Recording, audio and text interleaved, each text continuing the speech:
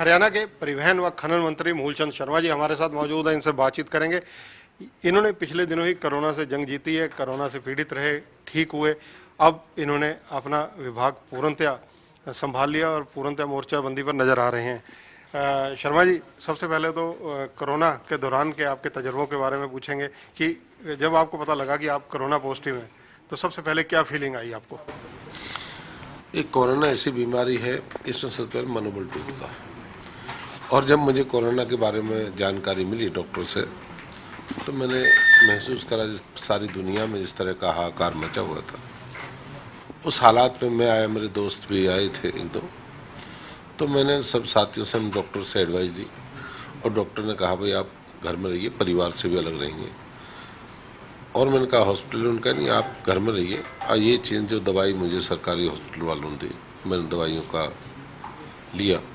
और जो भी मुझे उन्हें गर्म पानी की बात कही, गर्म पानी पीना है, अपना भाप लेनी है, दिन में सूप लेना है, इस तरह की मुझे गर्म चीज़ों के बारे में जानकारी दी। और खाने पीने में कोई कोताही नहीं बरतनी, तो हौसले के साथ अगर कोरोना को जीतना हो तो हौसले के साथ जीतना है।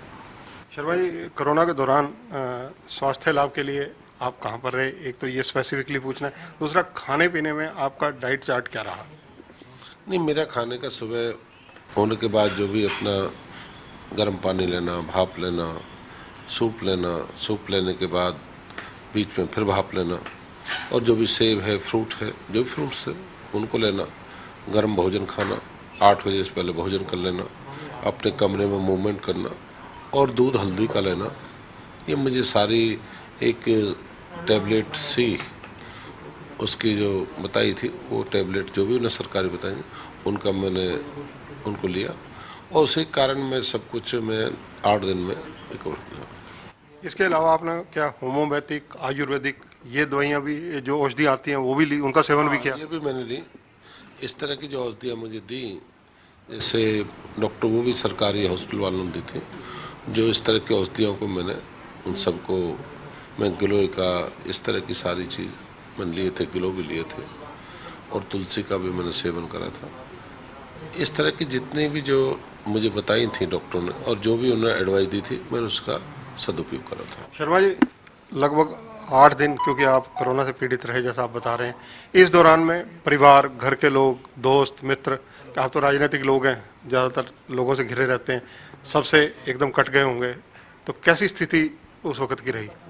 नहीं, मैंने अपने दोनों अपने मोबाइल फ़ोन बंद करे, और मैंने जो कि 2 दिन, एक दिन काटे, दूसरे दिन के बाद तो मैंने फिर कोई सीरियल है, कोई महाभारत का है, कोई रामायण है, किस तरह के सीरियल है जो धार्मिक हैं, इस तरह की बुक्स ही, जो किताबें थीं, पुरानी किताब नहीं पढ़ पाए आज तक, उन किताबों को मैंने पढ़ा, जितनी भी मेरे पे किताबें थीं उनका लाभ लिया।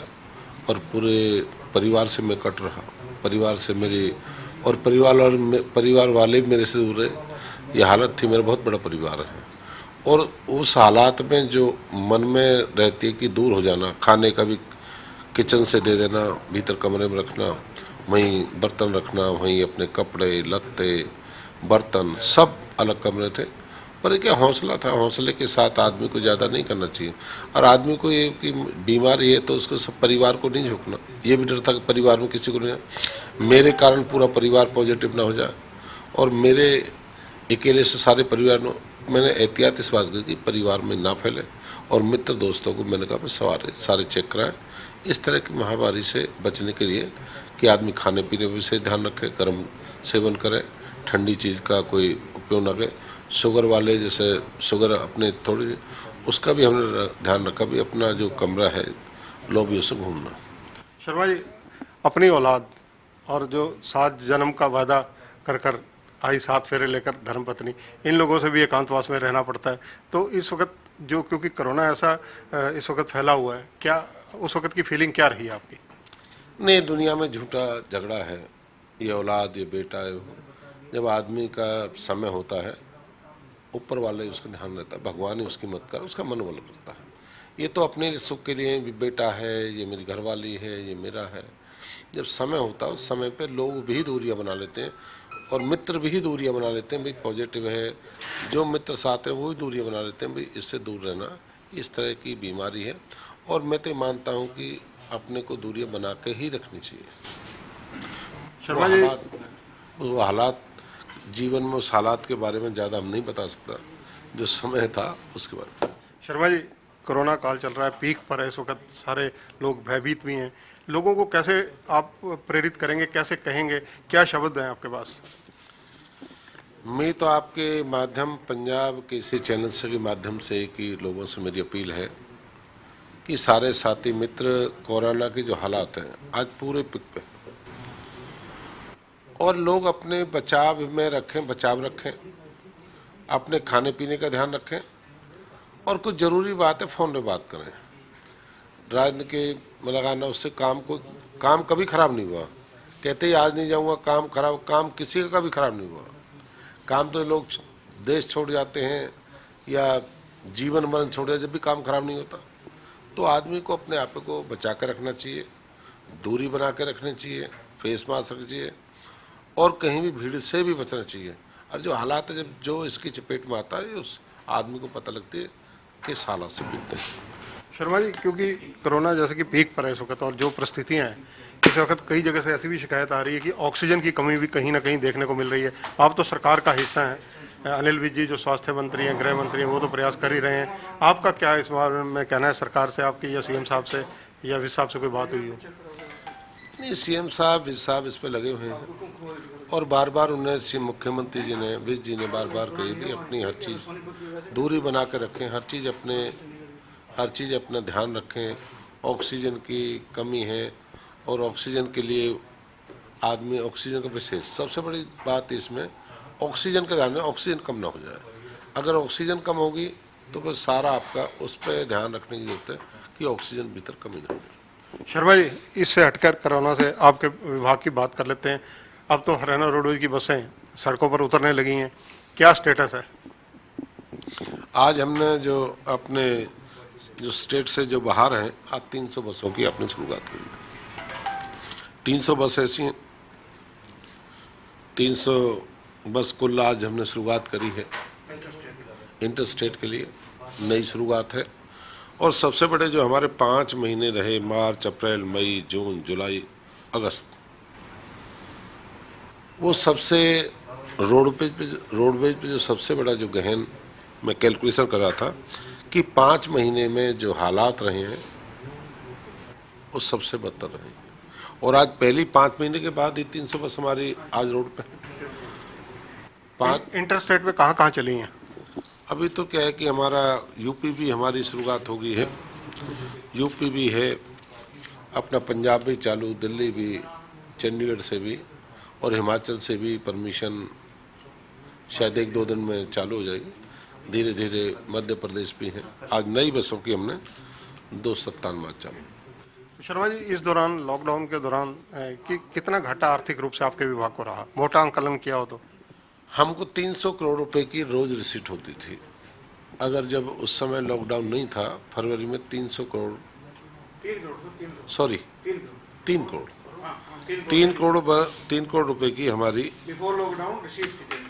हमने फरवरी के महीने की, और आज रिसीट हमारे पास है 1 करोड़ 1/12। आज 1/12, अभी हमारी ये मान के चलिए 2 करोड़ की रिसीट और चाहिए। जब तक 2 करोड़ नहीं होंगे, जब तक पूरा बराबर नहीं होगा। ये सारा क्या है कि जो घाटा है जो इसमें है कि लोग सवारी घर से निकलने के तैयार नहीं है, तो इसका प्रभाव रोडवेज पे पड़ा। शर्मा जी, घाटे की बात की जाए, जो बिल्कुल लॉकडाउन के दौरान बसें बंद की गई, वो आपने लगभग अनुमान बताया था 500-600 करोड़ के करीब का घाटा उस दौरान रहा था। कोई उसका अंदाजा है आपको, आंकलन किया हो दोबारा? नहीं, अभी तैयारी कर रहे हैं कितना टोटल होगा। जैसे मैंने बताया आपको, मार्च के बाद और सितंबर तक बसें, अगस्त तक तो कोई चली नहीं है, और जो बसें भी चली थी, जहाँ जरूरी बसें चली थी, ज़्यादा नहीं चली, 1100 के आसपास बस चली हैं, कहीं 500 बस चली, 600 चली हैं। तो सारा जो भी मार्च के बाद अगस्त तक बसें कहीं चली नहीं है, चली हैं तो बहुत कम, माइनर चली हैं, कहीं पुलिस के लिए दिए हैं, कहीं डॉक्टरों के लिए दिए हैं, कहीं कोरोना मरीजों के लिए दिए हैं, कहीं दूसरे मरीजों को ले लाने के लिए दिए हैं। कि बस तो चली नहीं है। तो इसे सारा क्या है कि आप उस समय जो एवरेज थी 3 करोड़ रुपया रोज की थी। शर्मा जी, कि लॉकडाउन के बाद जैसे अब बसें चलने लगी हैं, इंटरस्टेट बसें आपने बताया कई चल पड़ी हैं, हरियाणा, पंजाब, दिल्ली वगैरह में शुरू हो गई हैं। इस दौरान निसंदेह जो डिस्टेंसिंग का है, बाकी गाइडलाइन है आपने कहा ही होगा, लेकिन सैनिटाइजिंग के लिए डेली क्या मॉनिटरिंग रखी गई है? विशेषकर जो सैनिटाइजिंग हो भी रही है बसें या नहीं, उनकी चेकिंग की व्यवस्था कैसे रखी गई है, किस तरह के अधिकारी करेंगे? सभी जो अपने जीएम हैं, वहाँ के जो टीएम हैं, उनकी जिम्मेदारी है बसों को सैनिटाइज कराना। और देखते भी हैं हर चीज़ का टेम्परेचर चेक करते हैं, भाई टेम्परेचर है, सैनिटाइज फेस मास्क लगा के बस स्टैंड पे हैं। ये भी हमारी जिम्मेदारी है और हमने ये भी अपील की है कि लोग इस कोरोना के लिए खूब तैयार होकर आवें और इस तरह से फेस मास्क है, सैनिटाइज बस को कराना, बस अड्डे को कराना, ये हमारी जिम्मेदारी है, इसको हम कर रहे हैं। तो शर्मा जी, एक बस के अंदर कितनी सवारियां बैठने अलाउड की गई है मैक्सिमम? नहीं, हम तो ये 50% जाए, पर कहीं कम भी कई परिवार के लोग होते हैं। मान लो बस की 52 सीटर हैं, वो 30 जा रही हैं, और कई परिवार के 20 लोग हैं, इकट्ठे मिल जाए तो उसमें ये तो नहीं कहते 5 बैठ जाए 5 बाहर रह जाए, वो तो नहीं कर सकते। नहीं, नियम क्या है, गाइडलाइन क्या है? हाँ, नियम तो यही है कि अपनी दूरी बना कर रखें। तो ये हैं मूलचंद शर्मा, हरियाणा के परिवहन व खनन मंत्री हैं। कोरोना के दौरान जिस प्रकार से आप बीती पर इन्होंने विस्तृत चर्चा की, निसंदेह अंदाजा लगाया जा सकता है कि कोरोना के दौरान पॉजिटिव आने के बाद और नेगेटिव आने तक एक इंसान की क्या स्थिति रहती है। कैमरामैन सुनील के साथ चंद्रशेखर धरनी, पंजाब केसरी टीवी, चंडीगढ़।